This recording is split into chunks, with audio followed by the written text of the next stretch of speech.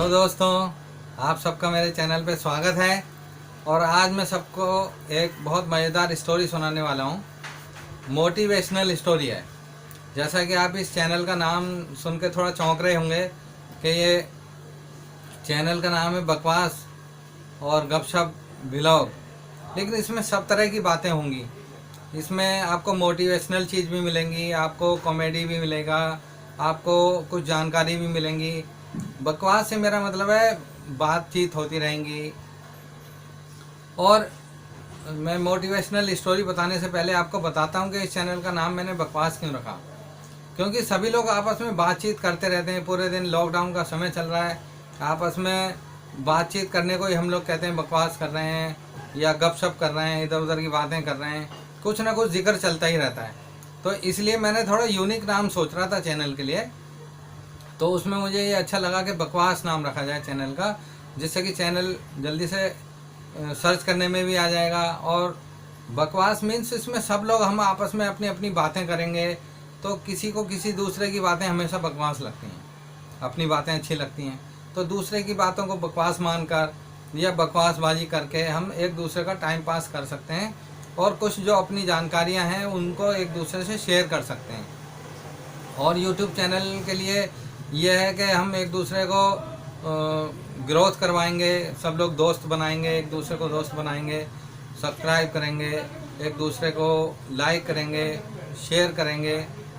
तो इसलिए मैंने इस चैनल का नाम थोड़ा यूनिक सोच के रखा है, बकवास एंड गपशप ब्लॉग। इस पे आओ, खूब गपशप करो, आपस में बातें करो। यही नहीं कि मैं ही बोलूँगा, आप सब भी बोल सकते हो। जब मैं इसमें लाइव आऊँगा तो आप सबको लाइव आने का मौका दूंगा और आप सब अपनी अपनी बातें रख सकते हैं। उसमें आप चुटकुला भी सुना सकते हैं, उसमें आप गीत भी सुना सकते हैं, नात भी सुना सकते हैं, कोई गाना भी सुना सकते हैं, आप शेर व शायरी भी कर सकते हैं। इस तरह की चीज़ें मैं इसमें शामिल कर रहा हूँ, इसलिए मैंने इसको चैनल को थोड़ा यूनिक नाम दिया है।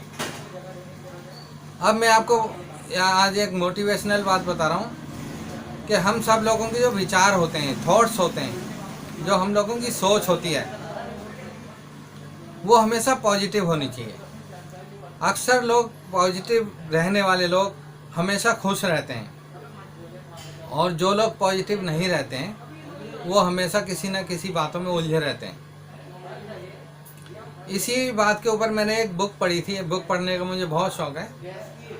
उस बुक में मैंने एक स्टोरी पढ़ी थी।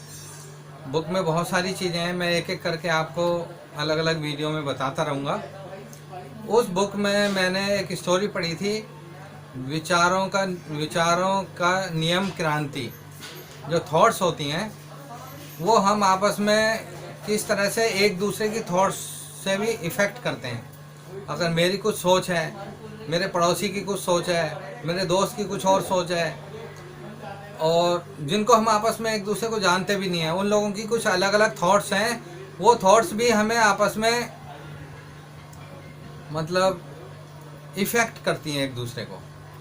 कैसे इफ़ेक्ट करती हैं? एक मैजिकल बात है ये।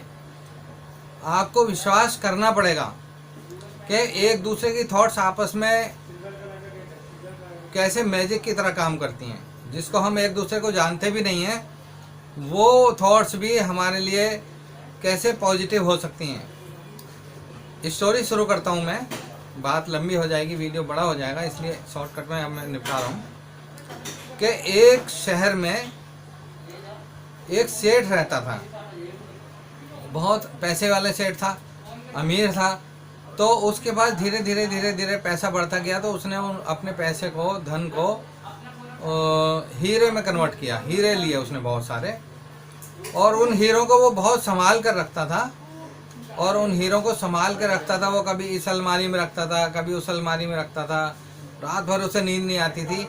उसकी सोच ये थी कि मेरे हीरे चोरी ना हो जाएं। वो रोज़ यही सोचता था, मेरे हीरे चोरी ना हो जाएं। नेगेटिव सोच का मैं आपको दिखाऊंगा क्या इफ़ेक्ट पड़ता है।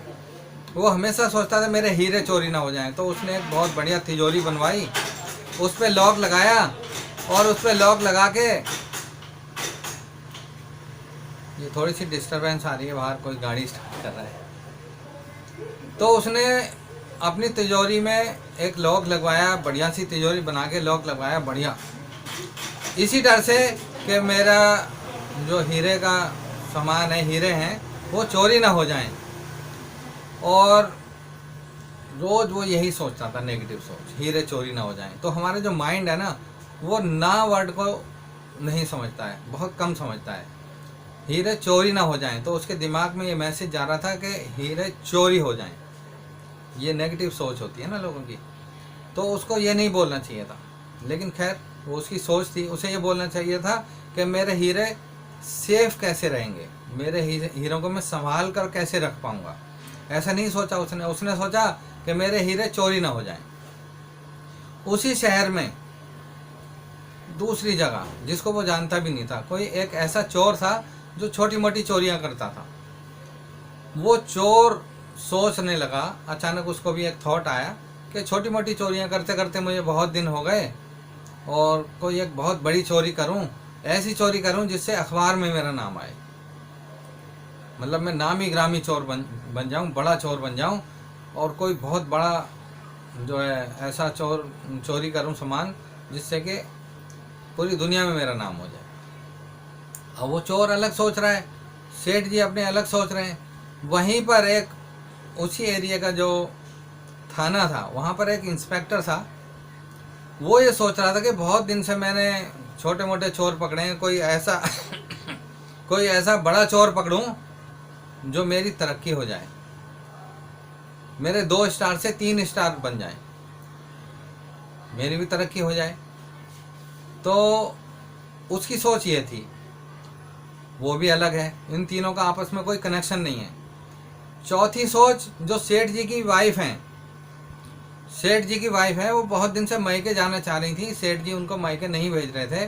कभी इतना बड़ा व्यापार है, मैं इतना बिजी रहता हूँ, और घर में इतना सामान है, मेरे हीरे हैं, और इनकी देखभाल कौन करेगा, तुम मायके चली गई तो सब डिस्टर्ब हो जाएगा। इसलिए उसको वो मायके नहीं जाने देता था। तो उनकी वाइफ की सोच ये थी कि कब ऐसा मौका आए कि मुझे सेठ जी खुद मेरे मायके छोड़ाएं और कहें कि लो खूब आराम से 10-20 दिन रहो, 1 आध महीना रहो, तो मुझे थोड़ा सा मायके में आराम करने के लिए वक्त मिल जाए, और मैं बहुत दिन से मायके नहीं गई हूँ। मतलब उसका एक सपना था, उसकी सोच ये थी। इसी तरह सेठ जी का बेटा था, वो बहुत महंगी महंगी चीज़ें कलेक्शन करके रखता था, जैसे घड़ी और भी महंगे महंगे गैजेट्स, और जिस तरह से म्यूज़ियम में सामान रखे होते हैं, इस तरह की चीज़ें उसने कलेक्ट करके रखी थी अपने एक रूम में। वो काफ़ी महंगी चीज़ें थी सब, वो भी उसके एक रूम में रखी थी सेठ जी के घर में ही। तो उसकी सोच ये थी कि मैं ये सब चीज़ें, जो महंगी महंगी चीज़ें कलेक्ट कर रहा हूँ, संभाल के रख रहा हूँ, मैं किसी वक्त। तो इस तरह से दोस्तों, ये 4-5 लोग थे, सबके थॉट्स अलग अलग थे। जैसे कि मैंने बताया, बेटे का थॉट था कि मेरे जो गैजेट्स हैं, महंगे महंगे सामान हैं, उनके लिए मैं एक म्यूज़ियम बनाऊंगा और उनको संभाल के रखूंगा, उसका पॉजिटिव थॉट था। और सेठ जी का नेगेटिव थॉट था कि मेरे हीरे चोरी ना हो जाएं। उनकी वाइफ का थॉट था कि मैं मायके कब जाऊंगी। चोर का थॉट था कि मैं एक बड़ा चोर कब बनूंगा, मेरी फ़ोटो अखबार में छप जाए। ऐसे ही पुलिस इंस्पेक्टर का थॉट था कि मैं एक बड़े चोर को कब पकड़ूंगा जिससे कि मेरी प्रमोशन हो और मेरा 1 स्टार और लगे। ये 5 लोगों की अलग अलग थिंकिंग, अलग अलग थॉट्स आपस में कैसे इंटर इफेक्ट करते हैं, किस तरह से आपस में एक दूसरे को इफ़ेक्ट करते हैं, क्योंकि पॉजिटिव थॉट में बहुत पावर होती है। और कहते हैं ना, जब किसी चीज़ को आप दिल से चाहो ना, तो पूरा ब्रह्मांड आपके उस थॉट्स के लिए आपकी हेल्प करता है।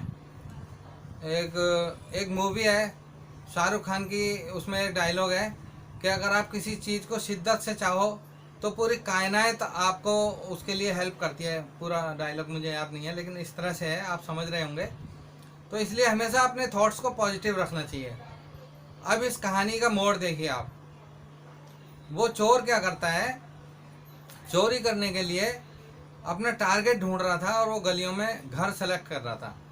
तो वो गली में घूमते घूमते घूमते घूमते सेठ जी के घर को ही सिलेक्ट कर लेता है। इत्तेफाक की बात है ये।